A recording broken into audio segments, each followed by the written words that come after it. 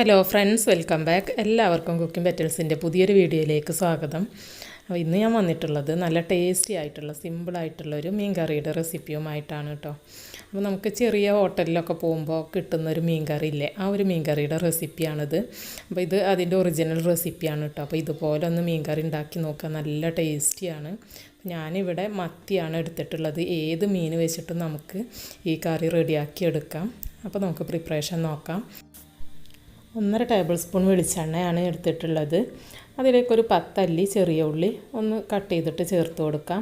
അപ്പോൾ ചെറിയ ഉള്ളിയാണെന്നുണ്ടെങ്കിൽ ഒരു 20 എണ്ണം ഒക്കെ എടുക്കുക കേട്ടോ. വലുതാണെങ്കിൽ 10 എണ്ണം എടുക്കുക. ഇനി ഇതൊന്ന് നന്നായിട്ട് വഴറ്റി കൊടുക്കാം. അപ്പോൾ ചെറിയ ഉള്ളി തന്നെ എടുക്കാൻ ശ്രദ്ധിക്കുക കേട്ടോ. സവാള എടുക്കുന്നതിന് പകരം ചെറിയ ഉള്ളി തന്നെ എടുക്കാൻ ശ്രദ്ധിക്കുക. ഇനി ഇതിലേക്ക് 1 ടീസ്പൂൺ മഞ്ഞൾപ്പൊടി, 1.5 ടീസ്പൂൺ മുളക് പൊടി, സാധാരണ മുളക് പൊടി തന്നെയാണ് കേട്ടോ ഉപയോഗിച്ചിട്ടുള്ളത്. പിന്നെ ഒരു 2 ടീസ്പൂൺ മല്ലിപ്പൊടി ഇവ ചേർത്തിട്ട് ഇത് നന്നായിട്ടൊന്ന് വഴറ്റിയെടുക്കാം. അപ്പോൾ ഫ്ലെയിം കുറച്ച് വെച്ചിട്ട് വേണം കേട്ടോ ഇത് ചെയ്യാനായിട്ട്, അതല്ലെങ്കിൽ പൊടികളൊക്കെ പെട്ടെന്ന് കരിഞ്ഞു പോകും. ലോ ഫ്ലെയിമിൽ ഇട്ടിട്ട് ഇത് നന്നായിട്ടൊന്ന് വറുത്തെടുക്കാം. ഇതൊക്കെ വറുത്തെടുത്തിട്ടുണ്ട്. ഇനി ഇത് നന്നായി തണുത്തതിന് ശേഷം നമുക്ക് ഒരു മിക്സിയുടെ ജാറിലോട്ട് ഇട്ട് കൊടുക്കാം. ഇനി ഇത് നമ്മൾ അരച്ചെടുക്കണം. അപ്പോൾ അതിന് മുമ്പ് ഇതിലേക്ക് കുറച്ച് തേങ്ങ കൂടി ചേർത്ത് കൊടുക്കേണ്ടതുണ്ട്. അപ്പോൾ ഒരുപാട് തേങ്ങയൊന്നും ചേർക്കേണ്ട ആവശ്യമില്ല കേട്ടോ, കുറച്ച് ചേർത്താൽ മതി. ഞാനിപ്പോൾ ഒരു 3 ടേബിൾ സ്പൂണാണ് ചേർത്തിട്ടുള്ളത്. ഒരു 3 ടേബിൾ സ്പൂൺ തേങ്ങ ചേർത്ത് കൊടുക്കാം. ഇനി ഇത് നന്നായിട്ട് അരച്ചെടുക്കണം. അപ്പോൾ കുറച്ച് വെള്ളം ചേർത്തിട്ട്, ഒരുപാട് ചേർക്കണ്ട, കുറച്ച് വെള്ളം ചേർത്തിട്ട് നന്നായിട്ടൊന്ന് അരച്ചെടുക്കുക. അപ്പോൾ അതാ നന്നായിട്ട് അരച്ചെടുത്തിട്ടുണ്ട്. നമുക്ക് മീൻ കറിയുടെ പ്രിപ്പറേഷൻ തുടങ്ങാം. അപ്പോൾ അതിന് വേണ്ടിയിട്ട് ഒരു ചട്ടി വെച്ച് കൊടുത്തിട്ടുണ്ട്. അതിലേക്ക് വെളിച്ചെണ്ണ തന്നെയാണ് ചേർത്ത് കൊടുത്തിട്ടുള്ളത്. ഇനി വീണ്ടും അതിലേക്കൊരു 10 അല്ലി ചെറിയ ഉള്ളി കൂടി കട്ട് ചെയ്ത് ചേർത്ത് കൊടുക്കാം. അപ്പോൾ ഈ സമയത്ത് വേണമെങ്കിൽ നിങ്ങൾക്ക് സവാള എടുക്കാം കേട്ടോ, കുഴപ്പമൊന്നുമില്ല. പക്ഷേ ചെറിയ ഉള്ളി ചേർക്കുന്നതായിരിക്കും കൂടുതൽ ടേസ്റ്റ്. ഇനി 2 പച്ചമുളകും കൂടെ ചേർത്ത് കൊടുക്കാം. ഇനി ഇതൊന്ന് വഴറ്റിയെടുക്കണം. ഇനി നമ്മളിതിലേക്ക് ചേർത്ത് കൊടുക്കുന്നത് ഇഞ്ചി വെളുത്തുള്ളി ചതച്ചെടുത്തതാണ്. അപ്പോൾ വെളുത്തുള്ളിനെക്കാട്ടിലും കുറച്ച് കൂടുതൽ ഇഞ്ചി എടുക്കാൻ ശ്രദ്ധിക്കുക കേട്ടോ.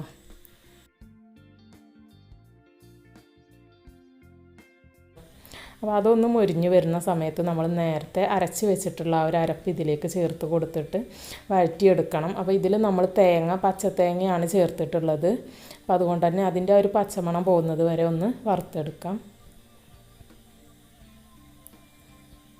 അപ്പോൾ ഇതൊക്കെ നന്നായി വഴറ്റിയെടുത്തിട്ടുണ്ട്. ഇനി നമുക്കിതിലേക്ക് ആവശ്യത്തിനുള്ള വെള്ളം ചേർത്ത് കൊടുക്കണം.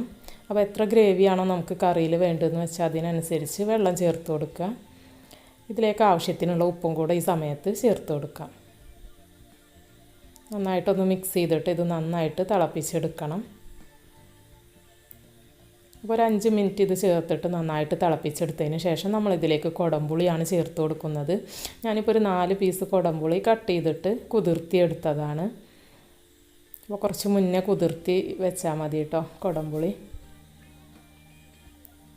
ഈ പുളി ചേർത്തിട്ട് നന്നായിട്ട് കറി തിളച്ച് വരുന്ന സമയത്ത് നമുക്കിതിലേക്ക് മീൻ ചേർത്ത് കൊടുക്കാം.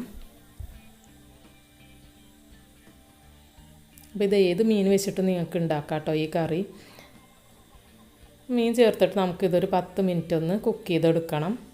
അപ്പോൾ ആ മീനൊക്കെ ഒന്ന് നന്നായിട്ട് കുക്കായി വരണം. അപ്പോൾ ആരെങ്കിലും ഈ വീഡിയോ കാണുന്നവർ ചാനൽ സബ്സ്ക്രൈബ് ചെയ്യാത്തവരുണ്ടെങ്കിൽ ഒന്ന് സബ്സ്ക്രൈബ് ചെയ്ത് സപ്പോർട്ട് ചെയ്യണേ കേട്ടോ. അതിനോടൊപ്പം തന്നെ ആ ബെല്ലൈക്കണും കൂടെ ഒന്ന് എനേബിൾ ചെയ്ത് വെക്കണേ.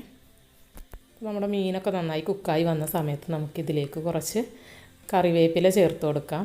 അതുപോലെ തന്നെ കുറച്ച് തക്കാളി വട്ടത്തിൽ അരിഞ്ഞതും കൂടെ ചേർത്ത് കൊടുക്കാം. ഞാനൊരു വലിയ തക്കാളിയാണ് ഇട്ടെടുത്തത്. തക്കാളി കറിവേപ്പില ഈ സമയത്ത് ചേർത്ത് കൊടുത്താൽ മതി. ഫ്ലെയിം ഓഫ് ചെയ്തിട്ടൊന്നുമില്ല. ഇനി ഇത് ജസ്റ്റ് ഒന്ന് തിളപ്പിച്ചെടുക്കണം. നന്നായിട്ടൊന്ന് തിളക്കുന്ന സമയത്ത് നമുക്ക് ഫ്ലെയിം ഓഫ് ചെയ്ത് കൊടുക്കുകയാണ് ചെയ്യുന്നത്. ഈ തക്കാളി ഓവറായിട്ട് കുക്കാവേണ്ട ആവശ്യമൊന്നുമില്ല. ഇപ്പോൾ ഞാൻ ഫ്ലെയിമൊക്കെ ഓഫ് ചെയ്ത് കൊടുത്തിട്ടുണ്ട്. നമുക്കിതിൻ്റെ മീതെ 1 ടേബിൾ സ്പൂൺ വെളിച്ചെണ്ണ കൂടി ചേർത്ത് കൊടുക്കണം. എന്നിട്ട് നമ്മളിത് മൂടി വെക്കുക. എന്നിട്ട് 1 മണിക്കൂറിന് ശേഷമാണ് കേട്ടോ ഇത് ഉപയോഗിക്കുന്നത്.